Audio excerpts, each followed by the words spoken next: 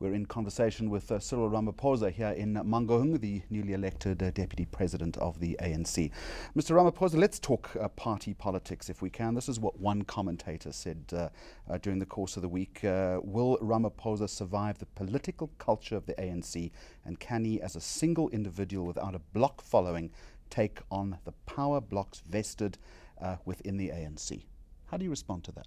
The ANC is like any other political party. And the way that we have grown and developed, and we've realized that we need to respond to the new situation, the evolving environment, which means that as we tackle the challenges that the country faces, particularly of having to ensure that there's economic growth, ensuring that we achieve the objectives of the National Democratic Revolution, we need to go for renewal as a party, and to that end we declared this decade as the decade of the cadre. What does that mean? It means that we've got to develop our cadres, we've got to make sure that our cadres operate in a much more enhanced way. We've got to improve their skills, deepen their skills, their own skills, from literacy right through to improving their own educational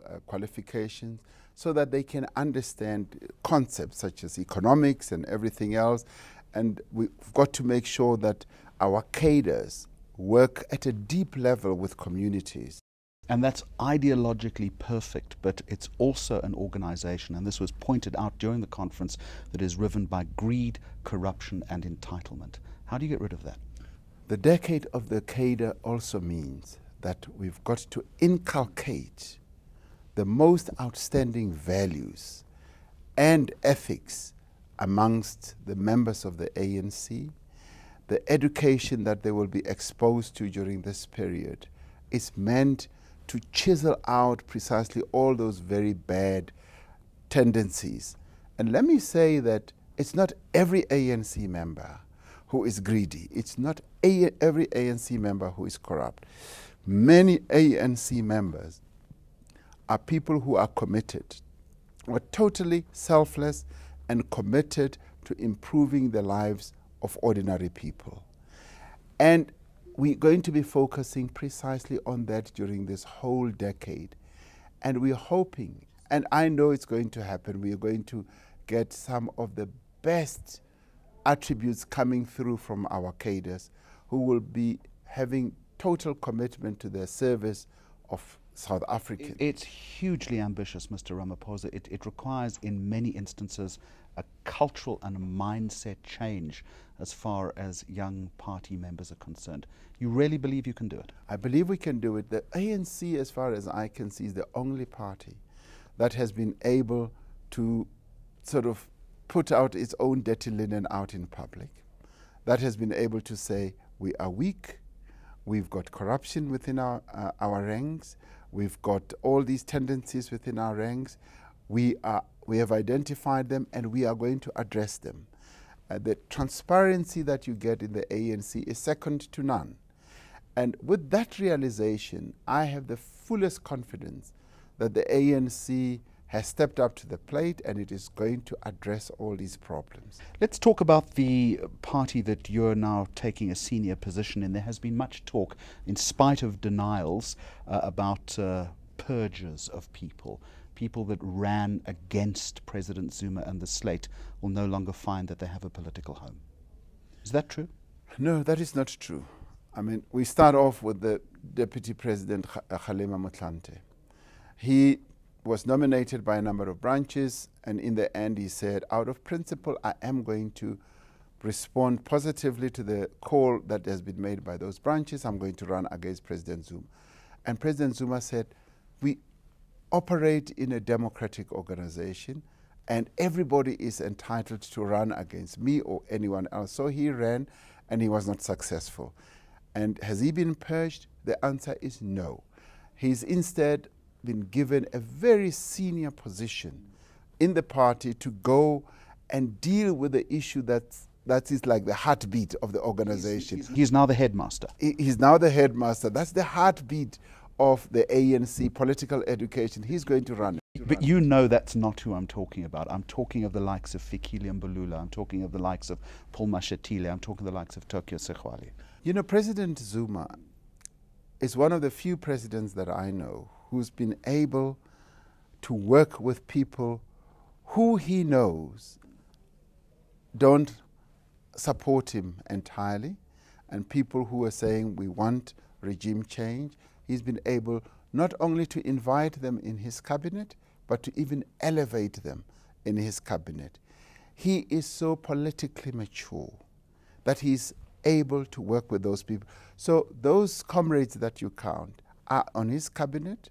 They did not succeed in getting on the NEC. But will they be there 3 months hence? They will, most definitely. And President Zuma is very clear about that.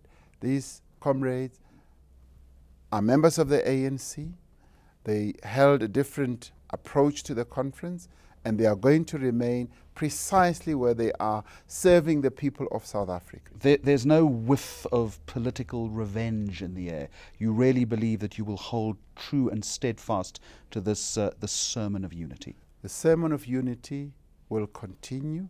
The seeds were long planted, and President Zuma continues watering the tree of unity.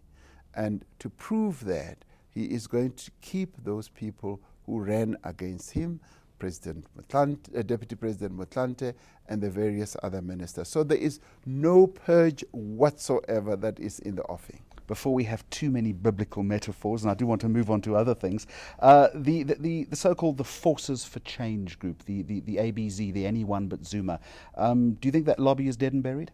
I think that was a political approach that was being sort of circulated. But in the end, the branches of the ANC took the decision that they took. And though that lobby has been neutralized and cauterized, hasn't it? That lobby was not successful at the conference. The branches have spoken, and everybody now needs to abide by what the branches have said. And once the branches speak, once the conference stops or comes to an end, what the conference has decided, it becomes our Bible. That's what we live by for the next 5 years. Part of that Bible is the Nationalisation Brigade. I would suggest you has been solidly defeated at this conference.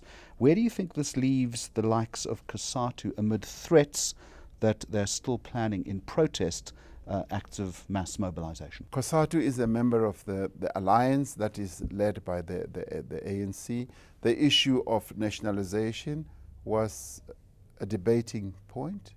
It was a matter of principle with another number of people. It was thoroughly debated. It was ventilated quite vigorously in the party.